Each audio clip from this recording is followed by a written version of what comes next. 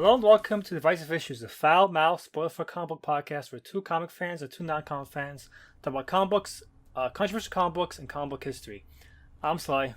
I'm Ryan. I'm Phil. And I'm Darryl. And we made it, but someone did not. I was gonna make that joke, and then I was like, "It's not. It's tasteless." Let me do it. I'll be the callous one. It is a little distasteful, but we recognize we're here to talk about Steve Ditko. It's just tasteless, but we're gonna make up for it by honoring Ditko's memory. Maybe. We don't know. Maybe they didn't like it. Hopefully, Phil and Darryl liked it. So, Steve Ditko has passed away recently. He was the co-creator of Spider-Man and Doctor Strange. He created The Question, which is one of my favorite characters and one of Joe's favorite characters, one of Ryan's favorite characters, I think. I don't know. Yeah. Speak for me, Sly. You've earned it. And so he created a lot of interesting characters, like Watchmen. Like the most of the characters from Watchmen are based on like half of them are based on Ditko characters. Not half of them, like all of them. I think Silk Spectre isn't, but I can't remember. So like one exception. She's not, but Night Owl is Blue Beetle. Yeah. Dr. Manhattan is Captain Atom, and Rorschach is the Question. So yes. Yeah.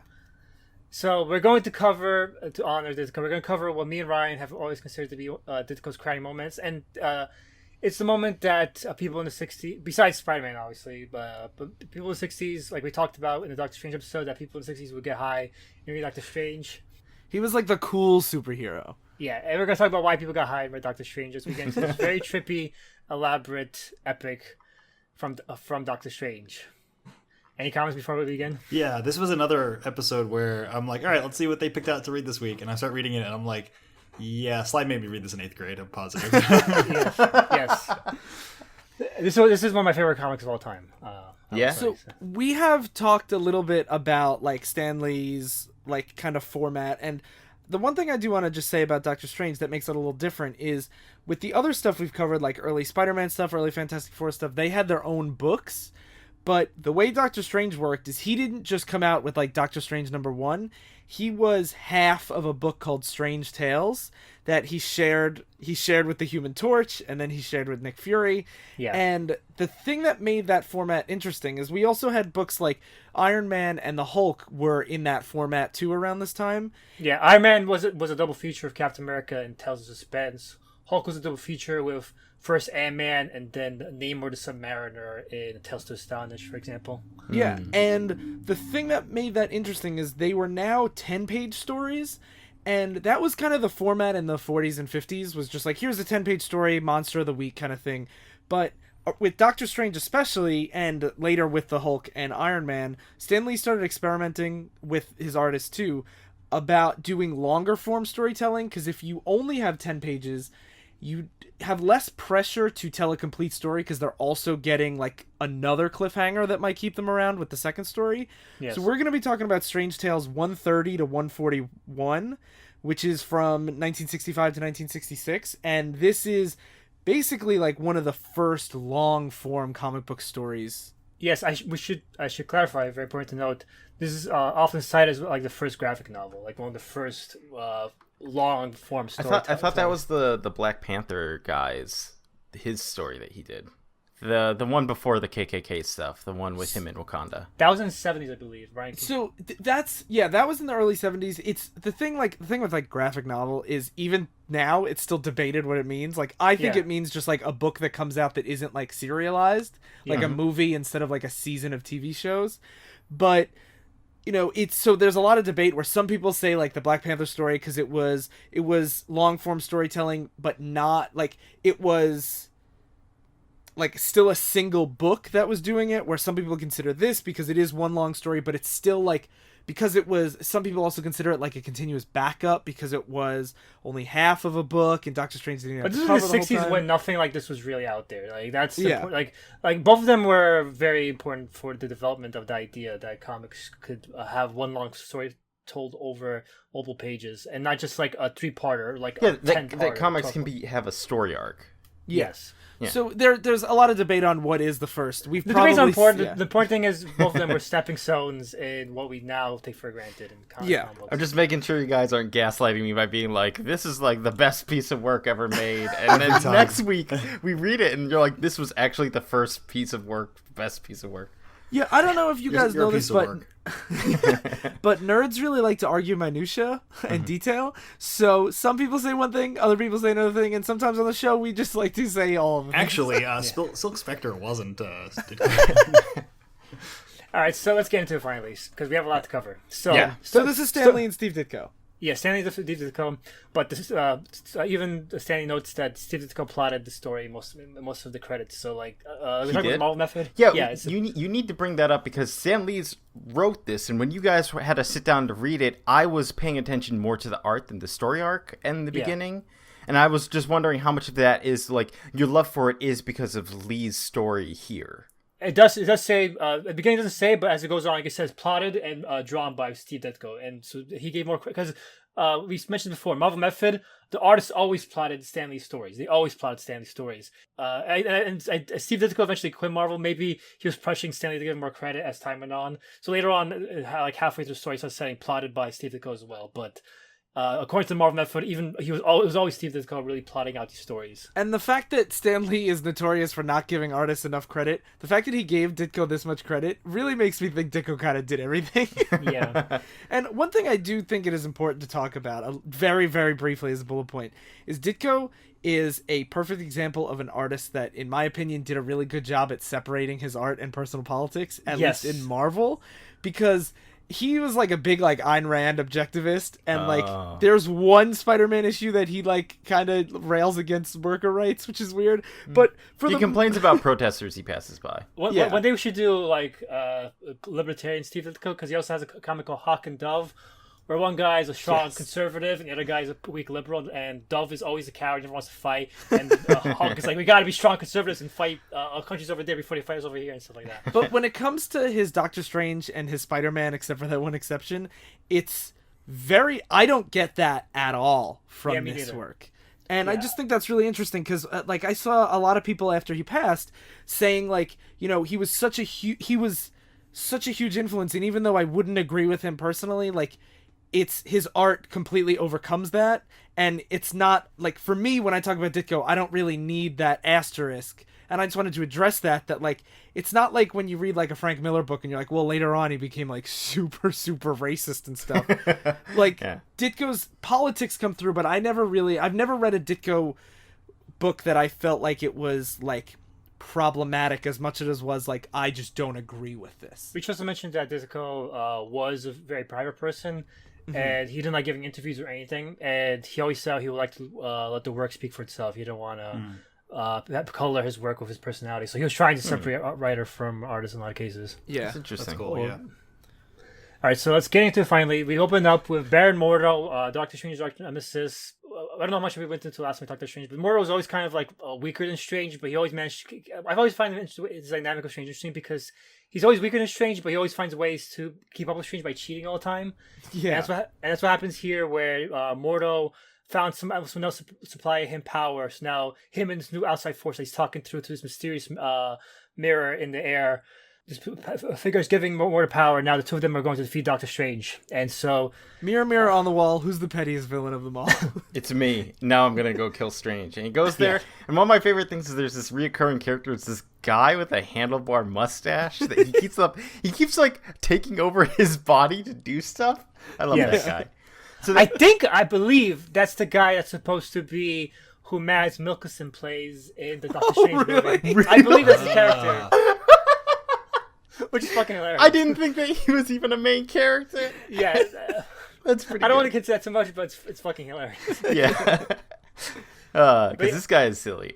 Yeah, so he has a handlebar mustache. So basically Mordo and the other guys, as they're raiding Doctor Strange's palace, whatever you want to call it, where he's training with the Ancient One, his master, who's an Asian stereotype in the comics, not bald Tilda Swinton. But all of them are wearing like green condom outfits. And they come in and they blast them with like they're shooting lasers out of their hands, and like the Ancient One puts up a shield and it starts shattering. And one of my favorite things is Doctor Strange, like he always has to make like weird signs with his hands. They have circles around, and one of them he puts up a shield and it starts to like bend and wave around the lasers as he's trying to deflect the blast. And Ditko always does like good hand work. I recently learned something that Disney animators try and force people to do when they're getting into animation is that you have to have each of the fingers doing a different thing because it makes it look more lively and there's a lot of movement there. And all of Ditko's like signs that these guys are doing with their hands are always like each finger is doing its own thing. It helps, like, it really, like, this is why Marvel is ahead of the game from like, Disney, because even when people are just waving their hands and making lasers fly out of their hands, they still find ways to keep it dynamic, whereas DC didn't really pay attention to this kind of detail. Yeah, not a lot of repetitive stuff either from Ditko, which I really enjoyed. So yeah, the Ancient One gets taken out in this onslaught, and Doctor Strange has to escape with him. After they escape, Doctor Strange manages to sneak away. The guy powering Mordo is revealed. It's Dormammu. Dormammu. The Dread Dormammu. And I don't know if we mentioned Dormammu at all last time, Doctor Strange, but Dormammu is like a being from another dimension. If you saw the movie, you know him a little bit in the comics. But he's kind of like Galactus in that, where it's more like a sense of force of presence, where it's like, this is just a very arrogant king of a land, basically. He's very archetypal comic villain like Doctor Doom. Yes, it actually reminded me of Doom with their like following the letter of the law, not the spirit of the law. He's like, I have an oath not to destroy Earth, but if I power this guy to destroy Earth, I am not breaking the rules. And then later he's just like, whatever, I'm gonna do it myself. Yeah, what happened was Doctor Strange saved, basically Dormammu is like one of the elder gods that people incite from magic. He's so powerful that people use his magic to power their magic. And actually, on the last episode when he talked about the Fantastic Four story, all those big like golems that they fight those are the mindless ones are like the citizen, like the slaves of Dormammu's dimension. Yeah, he keeps them in a magic power cage, which is silly. Yeah. Basically, the plot of the first appearance was the mindless ones who got set free, and Dormammu needed Doctor Strange's help to stop them. So then, because of that, Dormammu now is indebted to Doctor Strange, and Doctor Strange said, now you have to promise not to invade Earth. And I'm like, fuck, okay, you got me. And now he's just like, but if I empower Mordo to kill you, that's not breaking the law. So no, and he also says, if I kill you, the oath is over, which I don't think was that part of it? I guess the person you owe the oath to is dead. Do you technically have the oath? Right. It's like, No, you gotta maintain the oath. Brienne has to keep her oaths. I can forgive that kind of villain thing more in a Doctor Strange book, because like the rules of magic, like the wording and stuff in magic matters more. So like if it's not just like, this is my oath, but it's like there are spells that hold people under certain conditions, and like it just, to me, it makes more sense than like, I said I would let them go and I put them down and pick them up again. Haha. But I learned Doctor Strange told me to not think about things. Yeah, I actually do agree that like in this universe, I'm so much more forgiving of dumb things, because I'm like, it's crazy. They're flying with their astral projection forms throughout the world. They're going to different dimensions. They're casting all these weird spells. So I'm like, I can forget. I can look past a lot of weird stuff. Yeah, because logic applies less here. Yeah. When Dormammu was introduced, just to go back for a second about like Ditko's layouts and stuff, I just want to talk about these 3 panels before they show his full body. It's at the bottom of a page, and it's him doing some like monologue about how he's like the mystery guy giving Mordo his powers and everything. Yeah. And it's just 3 panels of one, his hand is like almost clenched, like it looks like it's almost in pain. It's like his hands, shaking. Yeah, and it's shaking, and it has like a bright red background emanating like energy from off screen. Then on the next panel, it's a pink background, and the lines are less thick, and he has a fist. And then he's like, I must rest now, and it's a gray background, and his hand is down. And just like having that be 3 panels instead of just one villain standing there with like a full body shot, have it be the close-up of his hand as like colors warp behind him is so much more interesting. Yeah, it gives you the impression, it's like you can actually understand. It's like, oh, he's giving his energy, and then you see that it starts to drain him, because that's the big thing of like this entire arc is Mordo needs to take powers from Dormammu to overpower Strange, but then he needs to like rest at a certain point. So he gives Mordo a bunch of power, and then he needs to like chill out. Yeah. So Dormammu also gives Mordo specters from his dimension. They're like these ninja ghosts that fly around. Literally, yeah. Yeah. I think ninja ghosts are cool. Yeah, and they basically Dormammu and Mordo together basically have spies everywhere right now. They have these ghosts flying around. They have all these minions working for Mordo in every single location. And like it's interesting because it's like one of the first like globe spawning, trotting.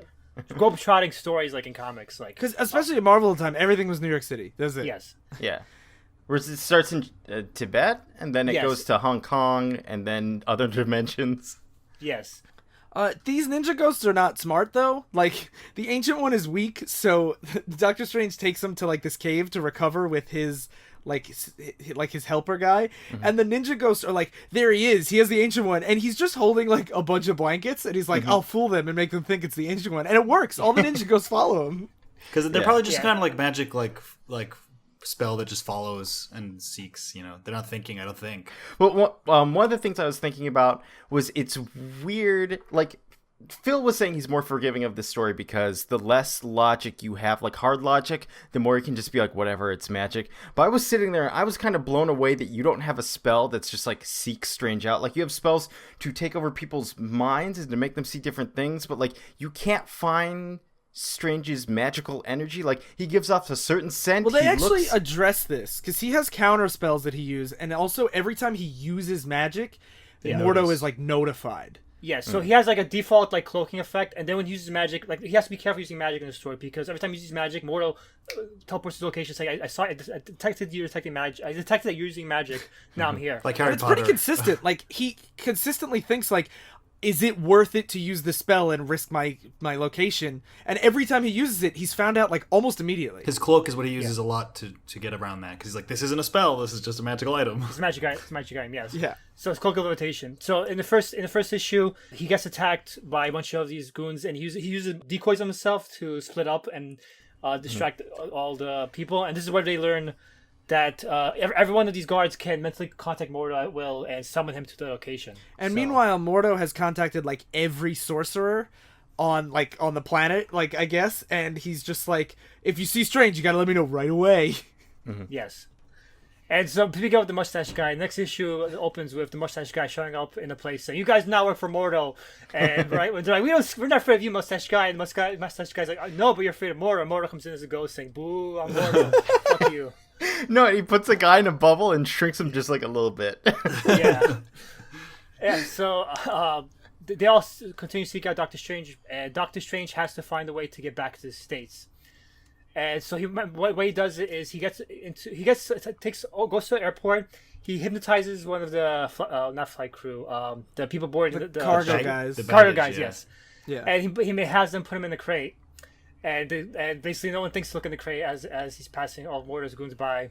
And once he's on the plane, the ninja ghosts see Doctor Strange on the plane, and they have an astral battle on this plane while no one else is able to It's a see cool this. effect because everyone's just sitting in the plane, and then like when it's just the people, there's a blue background, and then when it's the astral battle, it's a red background with like yellow lasers all over as the ghost ninja fights Strange's astral form. Every single issue is just him saying, "By the omnipotent Oshter, by the hoary host of Hoggoth, in the name of the eternal Vishanti, be gone."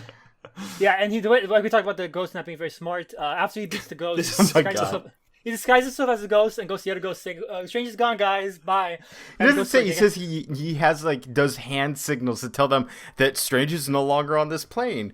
Which like later on they say that the ghosts are so fast that like time and space is kind of meaningless to the ectoplasm forms. I'm like, it blows my mind that a ghost couldn't teleport inside of this plane and just Also, look. can your astral projection form dress up? Like, are you? I thought it was abstract. I didn't think it was actually like they're wearing clothes and like.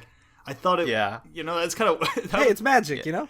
That was Yeah, the weirdest it's thing. I think it's like a cute way to fool regular people. It's like once you're in an astral form, it's like this was a little Yeah. weird. Like it should have just been him like getting away. One dialogue note that I want to point out is like a lot of the things he says, like the hoary hosts of Hoggoth and the visions of Vishanti or whatever. The thing that I really like about the way Stanley builds his whole Doctor Strange run is most of these concepts, like most of these things he talks about, seem like just like things like catchphrases, but most of these entities end up becoming either characters or spells. So like he always Yeah. says like the Crimson Bands of Sidorak, and that like is actually a holding spell, and Sidorak is also the gem that the Juggernaut gets his powers from. Dormammu was also originally just a guy he cited. He keeps saying, by Dread Dormammu, like Doctor Strange used to cite Dread Dormammu for his powers. Yeah, and Dread it's Dormammu- because I always thought it was dumb. Like Superman is always like, "Oh, great row," and it's like, you're born in Kansas, you don't know you wouldn't say, "Oh my God," in Kryptonian. Yeah. But like with Doctor Strange, it's all the stuff he studies, and then having these like catchphrases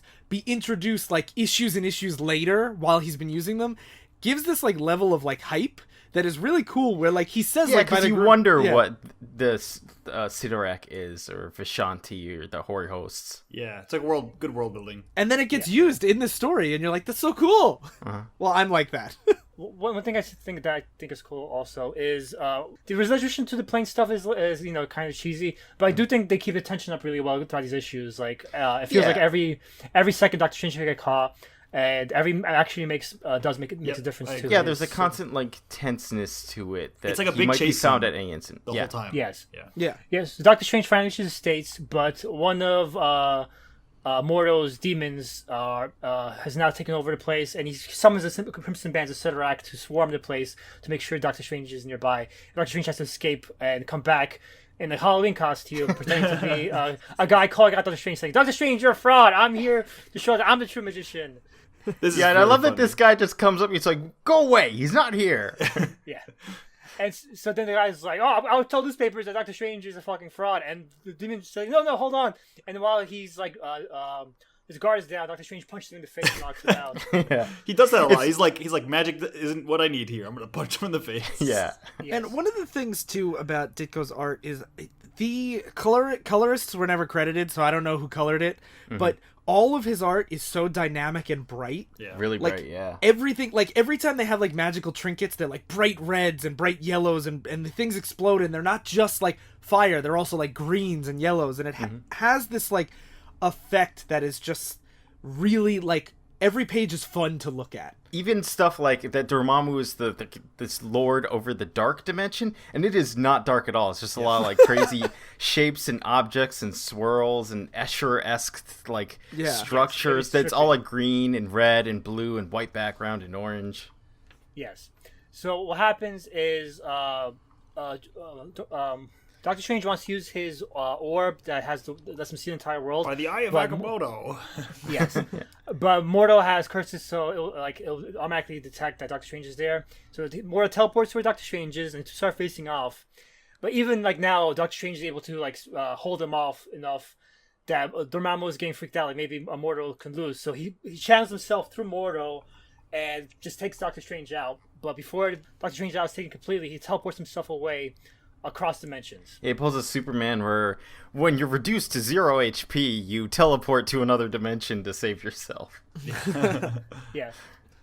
And so while this is happening, Clea, who was originally, we talked about her in the Doctor Strange episode last time, becomes Doctor Strange's apprentice. And has sex with Ben Franklin. Oh, this is Oh, her? I didn't realize that. This is her second appearance, right? Yes. You know why? Because this does not mention her name. I don't think like It doesn't. at all. It just refers to her as the female. Yeah. Yeah, the classic Stan Lee. I don't think she gets a name till like her 15th or 20th appearance. To be fair, a lot of these characters don't get names until like the guy that's helping the Ancient One, his helper, he doesn't get named until his final appearance, Hanir the Hermit. So like a lot of these characters don't get named, and that's like at the end when Steve Ditko leaves. Doctor Strange asks you, I never asked you your name, and she tells her it's clear. He doesn't have her name, but on the other hand, she's better written than a lot of Doctor Strange females. So She is written better than a lot of Silver Age females. That does not mean very the much. term is women. You're right. I'm calling by Doctor Strange's term. Yes. Yeah, we should all refer to people by their 60s and 70s terms. But she's not there. She's Doctor Strange and Clea don't have a force relationship at all until after Stanley leaves. Most of her importance to the story is through her actions. Mm-hmm. And we get this next issue is two women who are the main characters. Mm-hmm. Yes, I think he has a name, but I think it's more because no one was really named until they decided there were characters enough to be named. I mean, they named the two women in the next issue. I don't know. It's one of those things that I feel like I could forgive it if I didn't have Stan Lee's entire other catalog of like not giving a shit about women. Yeah. But I think this is one of the best examples. It's one of the better examples of Stan. Oh, I agree. I agree. So she finds out what Dormammu was up to in the scene as she's watching, because she was originally from the Dark Dimension, and she was always like, trying to work against Dormammu to help Doctor Strange. Mm-hmm. So meanwhile, Doctor Strange gets sent to the trippy multiverse and ends up on which has a lot of like good Ditko craziness art of like weird like there's a platform that just looks like a topographical map. Yeah. Which is kinda cool. And just like there's just this land floating and swirling in the distance. It's like grassy and jungly. Even Strange is all like swirly. He's not like his Well, it's because normal he's form. trying to reform himself after he teleported, which Yeah. which I'd like. Another art note about Ditko that I think really stands out to me is, especially with Clea and with Doctor Strange, he puts a lot more detail into hair than most other Silver Age artists, where like the hair gets like, when Doctor Strange is like in a wavy form, he wakes up and his hair isn't like perfect to whatever the character design is. It's like messed up, and Clea's hair is really complicated, and like it just to me gives it more human, a more human touch than like where every single Flash is crew cut Flash in like, you know, in like DC. It's just, Yeah. it's nice. So this is kind of like a side plot. What happens is there's a sister who was a former ruler of this dimension, and she asks Doctor Strange for help. It turns out her evil sister has like taken over Evil now. sister Shazana. Shazana. And Doctor Strange, like, they face off, but Doctor Strange is still too weak from his battle of Mordos, so Shazana overwhelms him. But Doctor Strange takes the opportunity to learn that her source of power is a mystic ball under her throne. By mind reading these like weird like gremlin her bear pet. things. He mind reads her pet, and the pet's like, "Oh shit!" My favorite thing is he uses the Eye of Agamotto, which like the third eye appears on his forehead and shoots like this laser beam at someone, and it looks into them, and it's just this gremlin, like this weird like puma face with human eyes, just staring at him with its mouth agape. It's just like, really oh my confused. god, here's the history of my master. Yeah. So Doctor Strange destroys the orb, overthrows the tyrant, and he uses the extra magic from the orb to give him power to help teleport back to Earth. Mm-hmm. He doesn't even say goodbye to everyone. He just teleports. Yeah, he's in. like, "Thanks for the orb." He's got a job. Yeah. And Shazana went crazy afterwards. And they're like, thank Yeah, God she went crazy. It makes it easier to deal with her. Yeah. She's like, oh, everyone loves me. I'm a great leader. No one's gonna betray me. It's just weird thinking about too, like I really like the extra dimensional Ditko stuff, like when you're going to distant lands. But then it gets weird when like you come over here and it's like, oh, this is like a monarchy. You know, you have a king or a queen that rule over it, Yeah. and it's like, what are you even ruling over? This land like makes no sense as like a fellow Yeah. Earth dweller. Yeah. Yeah, they're just they're all just trippy things for people who smoke weed too. It's like, whoa. It makes me like yearn for the days where you started to like Marvel or other comics started to see aliens as less humanoid and more like Yes. just like beings or forces. Yeah. Yeah. Yeah. So Doctor Strange comes back to Earth and he goes to visit the Ancient One. In his spiritual form. Yeah, in his spiritual form because he like it takes him forever to do it. He always does this. He goes into like a room and closes the shades, and then he like leaves his body. Which Yeah. it's always interesting because like he's leaving himself vulnerable, but in this story it doesn't really ever matter. But it did in that one we read last time with the Yeah. Doctor Doom one. Yeah. It's also cool because there's always this constant tenseness of like he always has to be on guard and careful because again everyone's looking for him. So if he leaves his body in a place, you know, there's just like Slice said, there's a constant tension throughout this entire arc. Yeah. Yes. So what happens is that Doctor Strange visits the Ancient One. The Ancient One has been calling about eternities, and we already know what eternity is if you watch the last episode. Yep. But we're not gonna say it Spoilers. until it comes up now, in case you haven't seen the episode yet. So he's just telling eternity, and Hamir and Doctor Strange are like, I don't know what he's talking about. And Doctor Strange thinks like, I wish I could read his mind, but he's so weak that if I do, it could like destroy his mind. He also has Yeah. like mind blocking things. Yeah, he too. uses like Yeah. mental defenses, so it's like going in requires like precision, like like magical surgery. If only he had the ability of a surgeon. So what happens is Doctor Strange astral form tries flying back towards New York, but he gets caught by ghost ninjas, and there's a ghost ninja chase. So what happens is Clea sees this and she knows Doctor Strange is fucked. So she gets a device to dampen Dormammu's barrier that's holding the mindless ones back. I love these guys. Because it shows her going over the barrier. There's one guy just shooting a laser at the barrier, and everyone else is just fighting each other. Yeah, like they're just shooting clobbering each other.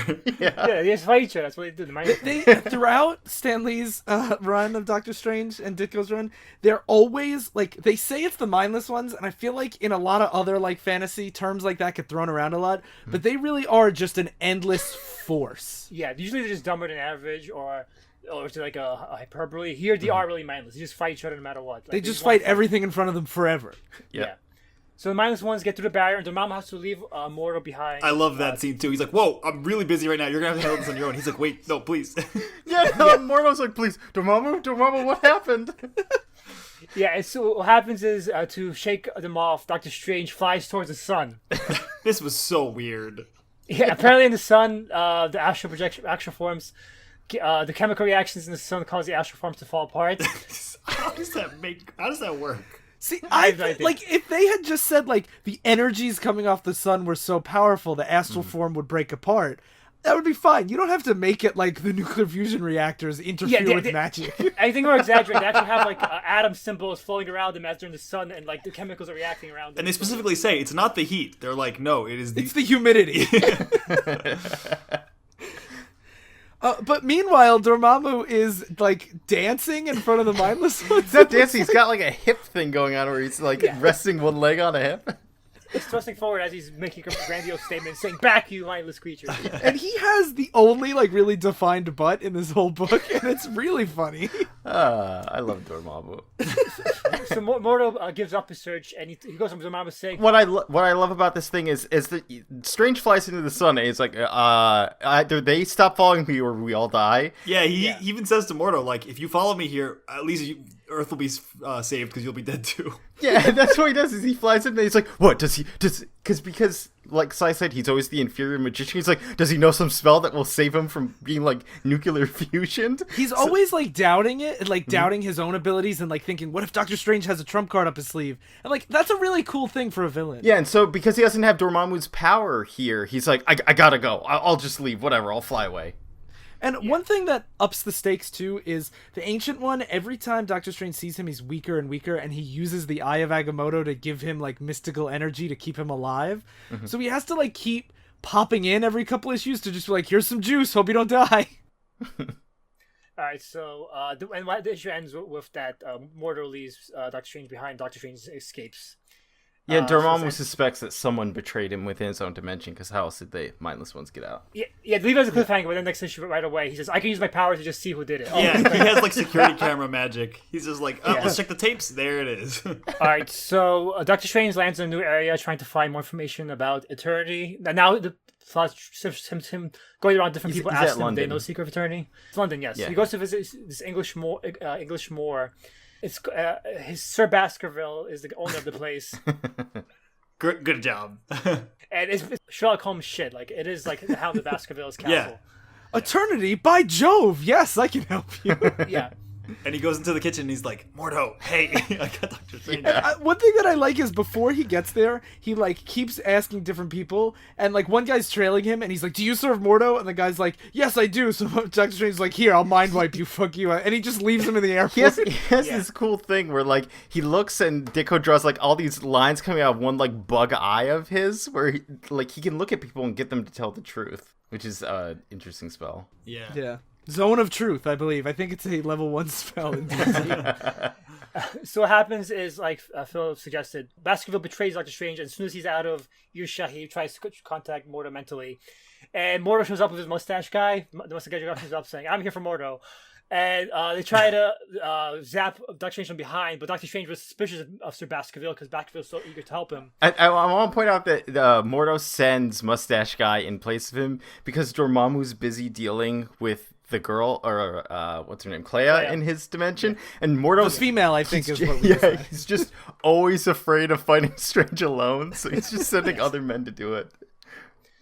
So they're like, where's Doctor Strange? You told me that you didn't expect anything Baskerville. You failed me. But all of a sudden, a suit of armor starts moving, and two of them because when they zap him, it was an illusion. Mm-hmm. Yeah, so he does this so much. It's like literally like the first arc of Naruto, where his only spell he does is like, I make copies of myself. It's ninja clones.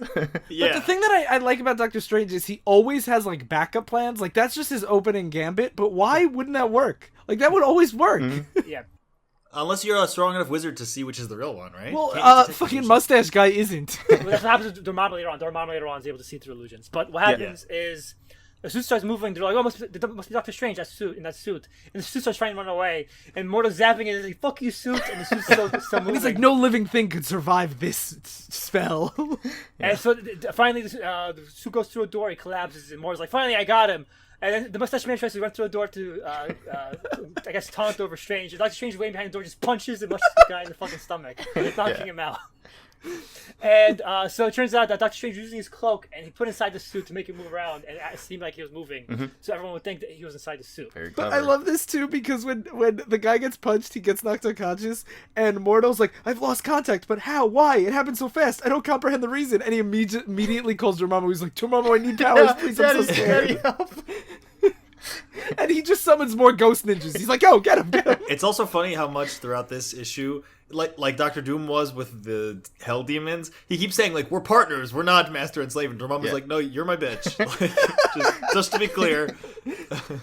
He puts him down like every opportunity he can. Yeah. So Doctor Strange mind reads Sir Baskerville, and he learns, and the fucking mustache guy, and he learns for real that Dormammu is the one behind everything now. And he also learns that Sir Baskerville betrayed it because the Ancient One could never fix his hand. And What a weird motivation. Well, I guess that's why he's probably It's not. kind of also Doctor Strange's motivation. Yeah, that's Doctor Strange's motivation. Doctor Strange started because his hands were fucked up. That's why he joined magic. Yeah, but he's like, I want to kill the guy who couldn't fix my hand. I want to kill his disciples. Well, it's because Mordo promises to fix his hand. He'll be like, "I'll do it," and this. Yeah. And it's like, by Jove, I'll agree. And Doctor Strange is like, he won't fix your hand. You can't fix your hands are beyond magic. Fuck you, and he leaves. I can mind control and go to other dimensions, but I can't fix it. Yeah. What a weird world. Speaking of another like crazy power, what happens is all the the spirit ninjas arrive, and there's just a giant Doctor Strange that appears, and he says, "Hey, guess what? He fled to the Netherworld. Go search there." And they're like, "You got it." And then they fly away. Well, he says he has complete control over their minds and thoughts. Yeah, he hypnotizes No them. other command can supersede mine. The thought I now give you will become your own. He just inceptions them. He's like, Doctor Strange has fled to the Netherworld. Follow him there. And then they all just go, bye, and they leave. And then Mordo doesn't see that happen. He just sees them going to the Netherworld, and it makes the assumption, I guess Doctor Strange is in the Netherworld. Yeah. No, but he does say, like, something's wrong, I can sense it. I'll go to the castle myself. And he goes, but before I go, I need more power. Thanks. I'm really scared. Bye. Well, it's the scene of him showing up at the castle. It's him doing, like, when Sonic has to stop, that he holds his hands back, and he's doing the skeet. Yeah, when every character's running, has to slow down and then do that comical, like, Yeah. the hands behind their back. but it's too late. So, next issue, Dr. Mamo just instantly captures Clea, puts her in like a cell, a magic cell. Yeah, it's blue spiky and wires. Yeah, it's like a spike ball. Like, it's just still, it's every design choice Ditko makes is just more interesting than it has to be. And Yeah, always curvy, always like nonsensical. Like there's just this like weird pyramid that's oozing out a road. even Clea's pants are like just covered in like weird designs and waves. Yeah. And also, the mom was constantly covered by, like, smoke and fire all the time. Yeah. So, Doctor Strange is looking for more people to help him. And Mordo puts out another call to, like, even more wizards. Some of these look like pirates. Yeah. And he's like, if you must immediately tell me if you see Doctor Strange. And we get a whole montage of Doctor Strange going to different sorcerers and wizards being like, you know what eternity is? And they're like, I ain't telling you shit. Or Mordo has been there first and, like, Mind transfixed wiped them. Yeah, so they can't talk. One guy has a spell of silence, so he can't talk. So, Doctor Strange has to go to Mad Genghis, which we talked about in the previous Doctor Strange story. Who's the guy that? Yeah, he was in that. Yes, he's the guy Mordo taps for power in that story. That's what Mordo does. He always taps other people for power. So Genghis is like a really powerful wizard, but he's fucking crazy. And he's like, "Oh, I know eternity. I'll tell you. The Ancient wanted to try to destroy this scroll, but I have it." And he gives it to Doctor Strange. He's like rummaging through like a bunch of scrolls, and Doctor Strange is like, "This is what I feared." His mind rambles, but if he finds this scroll, Yeah, but it turns out that it's not what the Ancient One was talking about, eternity. It's actually this place where there's a guy tied up to. It's like Matt. So Doctor Strange uses the scroll and teleports somewhere. Without reading it. He just casts the spell without reading what it is. Yeah. So it's a very like surreal, another surreal environment. There's pillars with faces all over them, and there's a guy tied up to this. It looks like a machine. It blocks his hands and legs and eyes. Yes, Yeah. which is important because when Doctor Strange tries to save the guy and reveals the guy's eyes, his eyes turns out to be how the guy swaps places with people. So he swaps places He with Doctor shoots all Strange. these green beams, and he's like, "Gotcha, asshole." Yeah, he swaps places with Doctor Strange, and now he's gonna take his face. It's not. It's weird because it's like it swaps places, but it swaps clothes too. Yeah. And even this effect, so when Doctor Strange gets hit by these green beams, you just see his face, like, in the background, while these shadowy figures, like, do handstands around him. And then he's in the chains now, and his face is covered by this green mold spell that's stealing his face. And he's like, "Yep, in a few minutes the mold will be done, and I'll have your face, and then I control you." Yeah, and the guy's like this goatee, like really wide eyebrows. It looks like, and, Toad from... Yeah, Toad. It's a good example. Yeah. Toad. Yeah. Not Mario Toad, Mario. X-Men Toad. X-Men Toad. Yes. I have your face. I'm gonna take your face.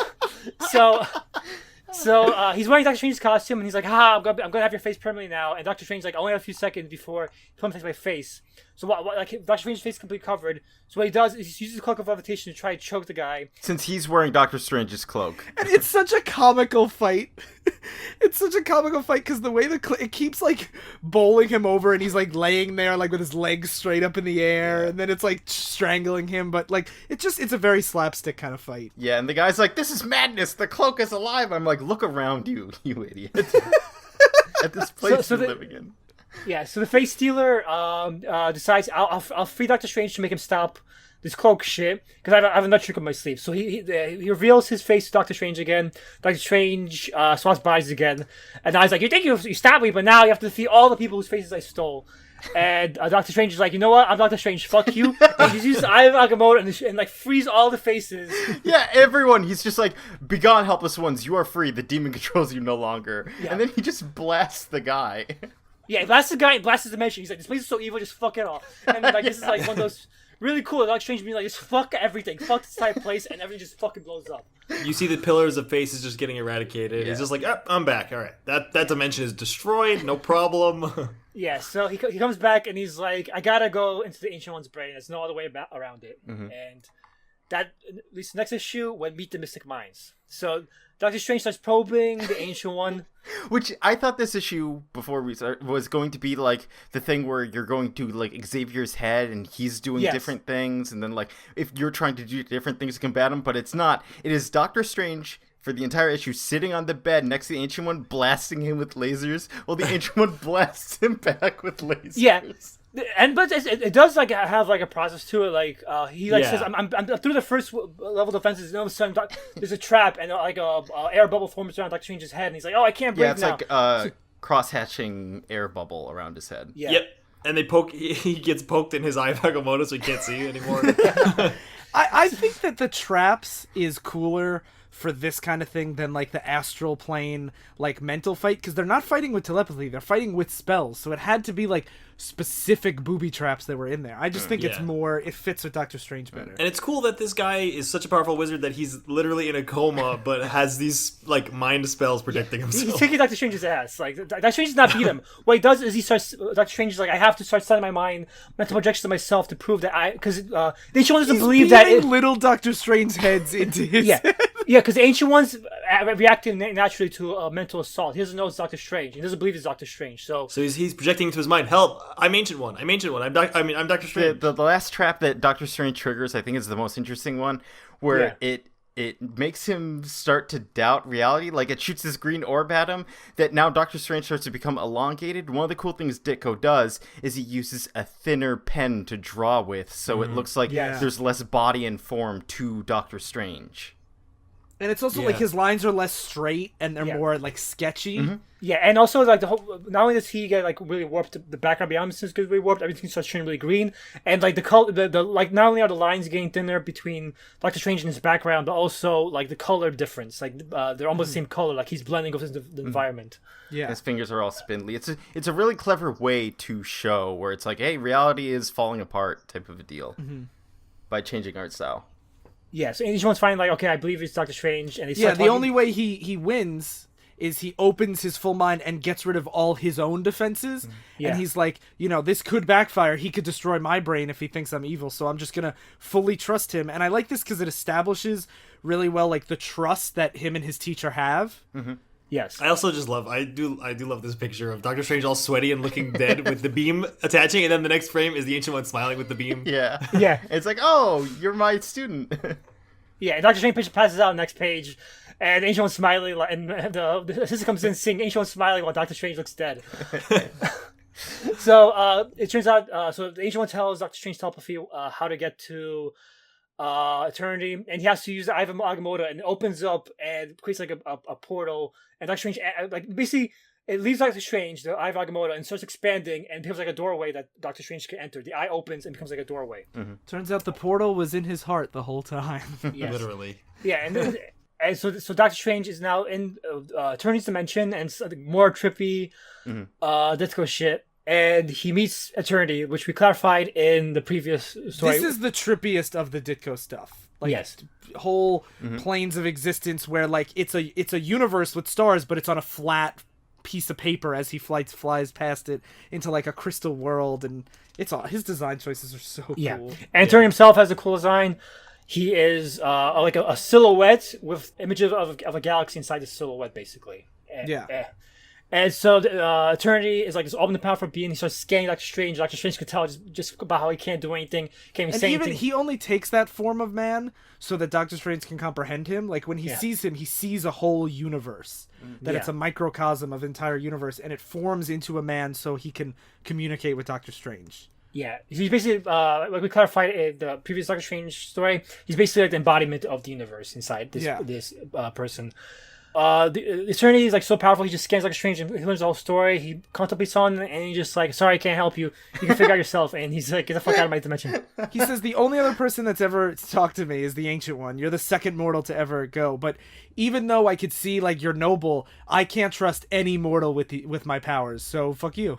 Yeah, and Doctor Strange wants to talk, but he like isn't allowed to. Eternity says, "I'm Eternity. Heed my message and remain silent, for none may speak when I am present." And Doctor Strange is like, "Fuck." I guess that's so it.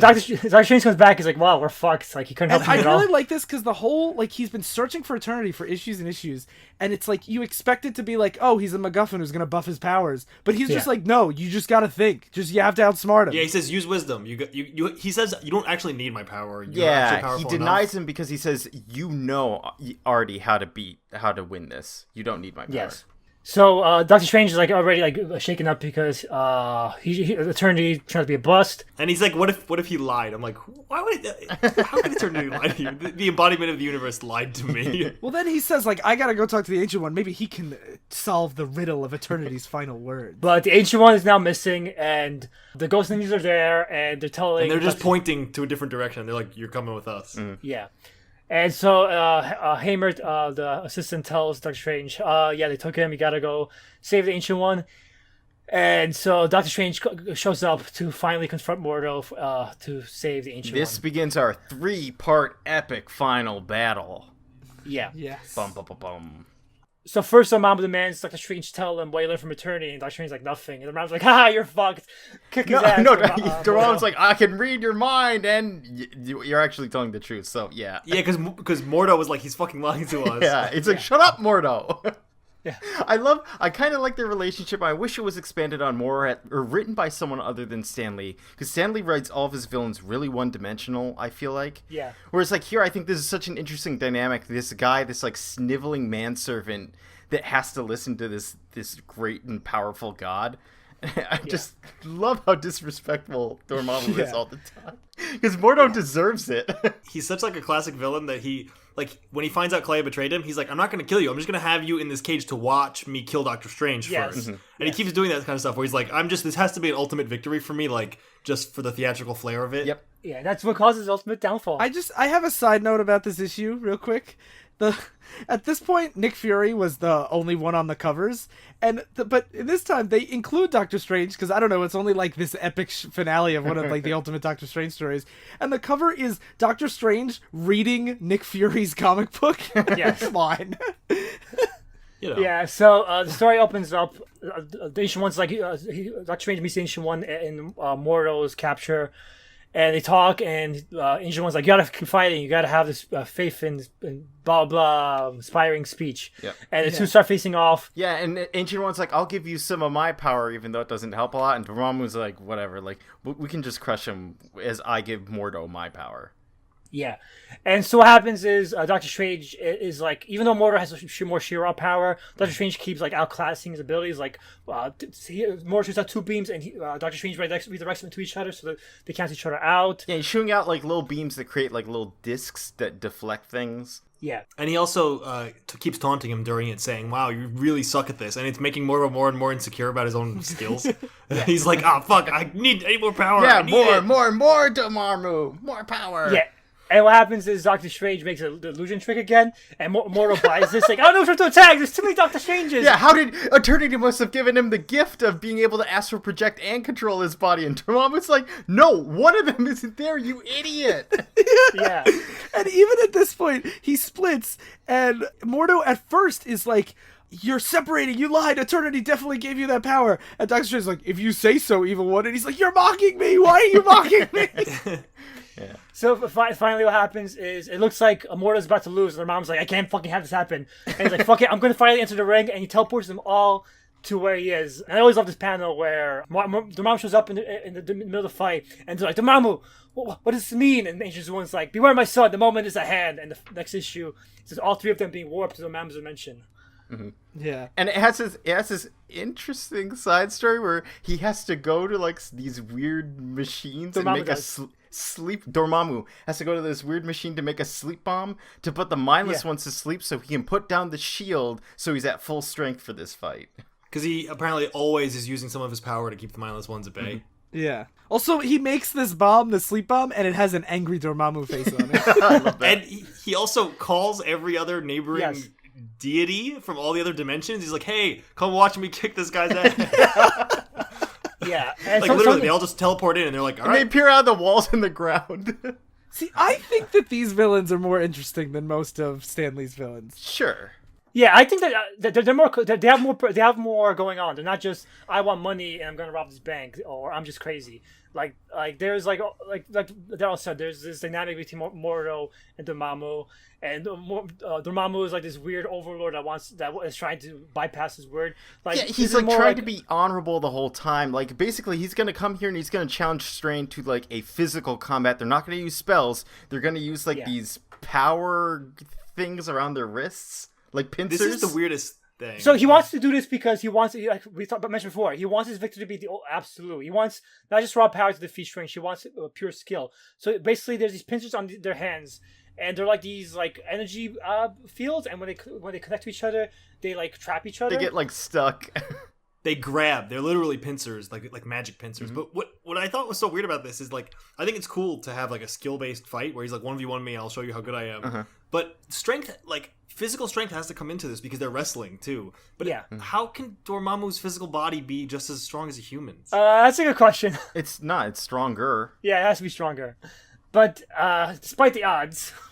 But there is other, right before this fight starts, there's one other battle I want to talk about, is all those deities show up, and they're like, who are you? We're like the gods of the netherworlds. And Doctor Strange and the Ancient One are like explaining who they are, and they're all facing each other, and to the corner, Doctor Strange isn't even looking at him, is Mordo, and he's like, I am Mordo, behold me and tremble, I serve Dormammu, and no one even acknowledges it. Yeah, and then Dormammu literally rolls out a golden carpet for him to make his appearance. And then Dormammu's like, oh, it's me, Dormammu. It's me, Dormammu. And Mordo goes like that. And Dormammu's like, get the fuck out of my way. I forget, he calls him before, and he says, you're a mortal bungler. Which he calls him a bungler name. Twice throughout this. And I was like, this is great. Yeah. He also, when he says 1v1 me, Doctor Strange, he's like, whoever wins gets to own Earth or something and be the like the supreme voice in the highest council of the known dimensions. And he's like, I guess I have to accept that challenge. Yeah, and all the other warlords, some of them are like, yeah, fuck Earth, and some of the other ones are like,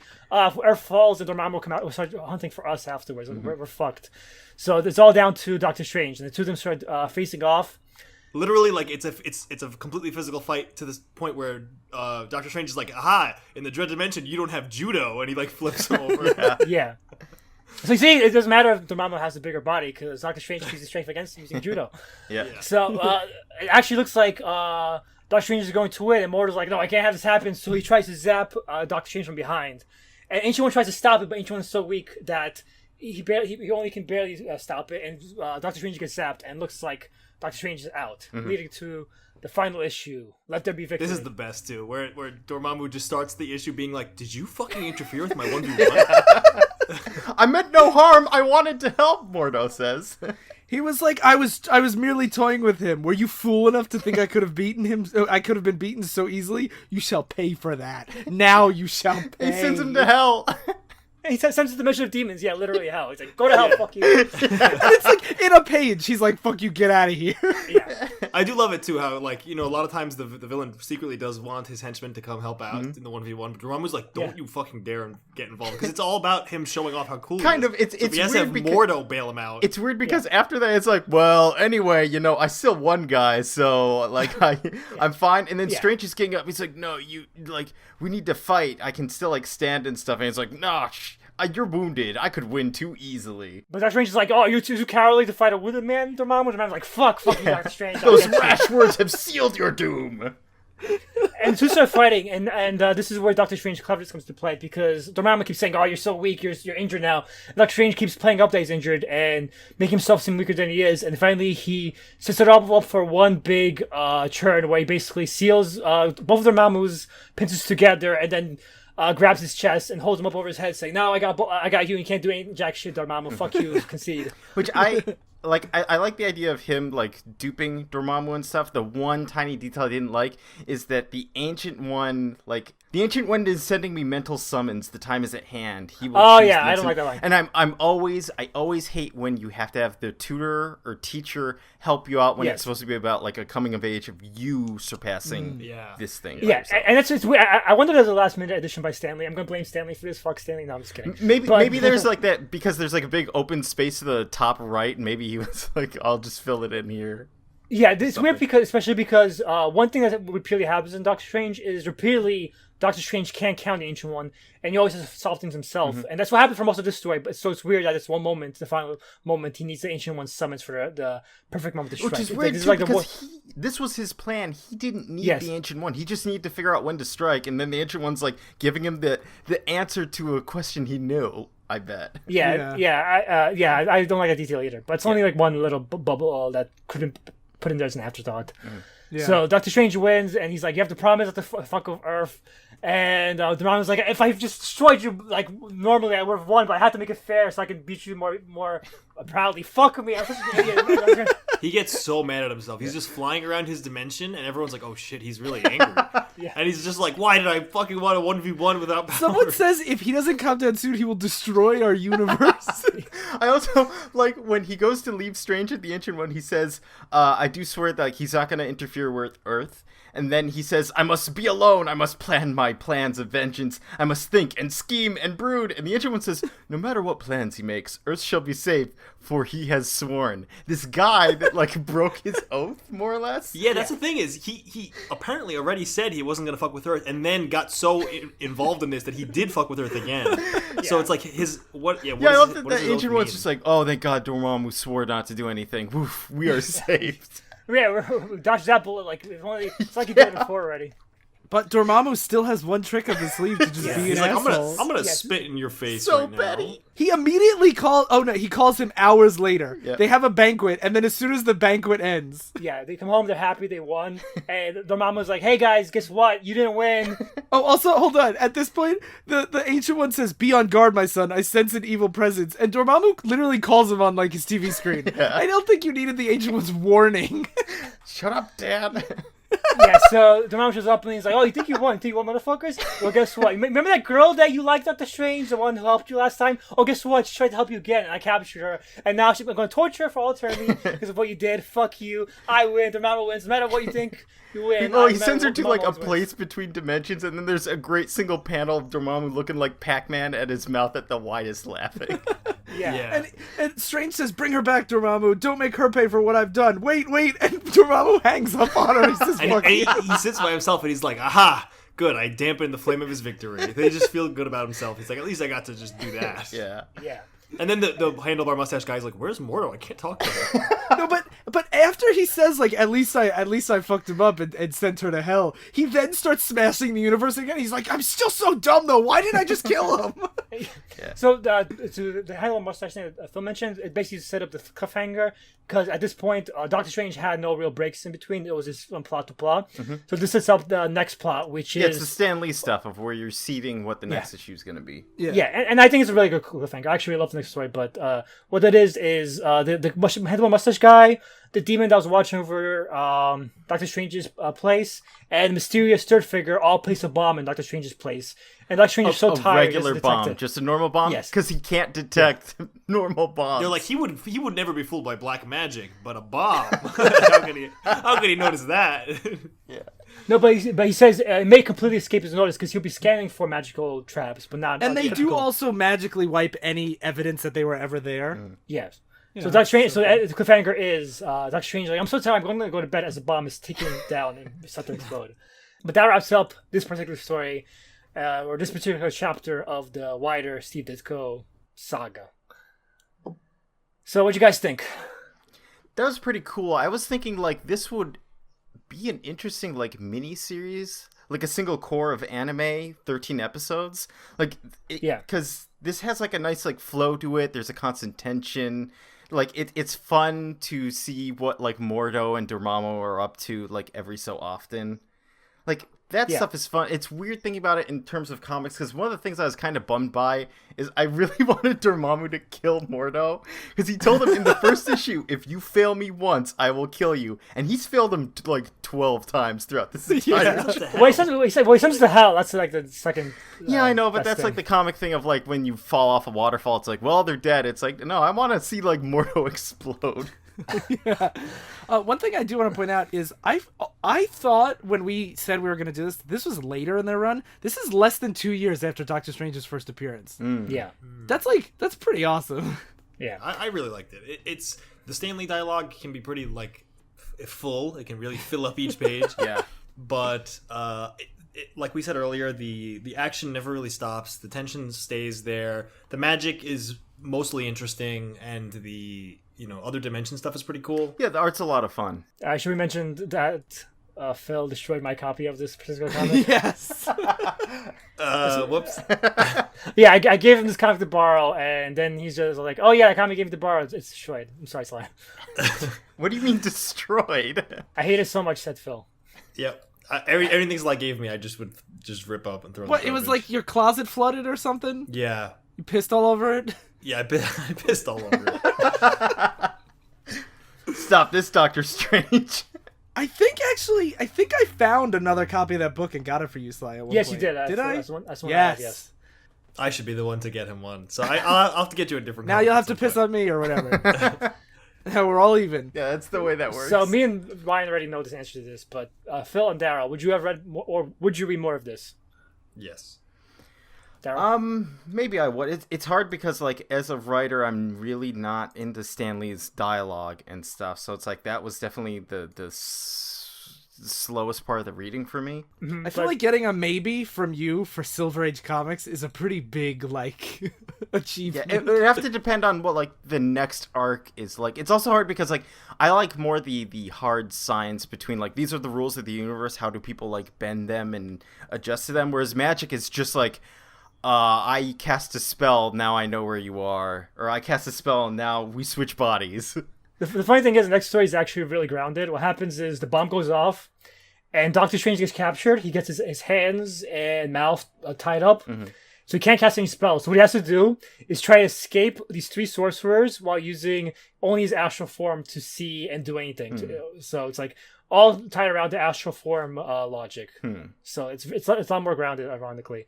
But generally, it is more trippy shit like this. Yeah. I do wish, because of how trippy the overall story arc is, I wish Doctor Strange's fights were less lasers out of our hands.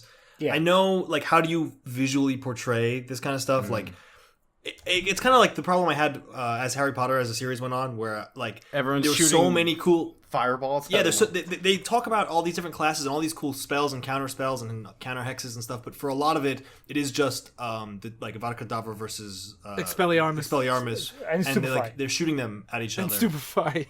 Yeah, and Stupefy. The ironic thing is, the movies actually did a better job. The Dumbledore versus Voldemort fight in Order of Phoenix is the best fight in the entire series. I agree. I haven't seen it. I'm looking forward. I've seen that fight, but I haven't seen the movie. But I'm looking forward to what we're watching them actually now. But and it is worth noting, like this was like this was an inspiration for a lot of D&D magic. This was before like magic, like what serious magic was like magical main character existed before these comics really. Like Gandalf was not super magical. Yeah. Like these were like the first to really show magic that is like unbridled, super powerful. I would say in like modern pop culture. Obviously there's a lot of like cultural folktales that have a lot of magic base. Never like a main character, always like a Conan the Barbarian, a Beowulf fighting a magical creature. Not it's usually actually magical creatures in folktales. It's not, and if there's a wizard, they have some weird like ritual / like rules spell. Not like I can just cast mirror image like that he did like in this, which was used in my D&D campaign recently, which was like it's a cool thing to see. And I like the spells like the Crimson Bands of Sidorak, like spreading out to try to find a life force, or like I do like the splitting himself up, and I like the shielding. I'm not saying there's not cool spells. A lot of it is beams at each other. Yeah. And the Doctor Strange movie had this problem too, where a lot of it's like they're like punching each other with magic hands, and I'm like, fucking use spells. Yeah.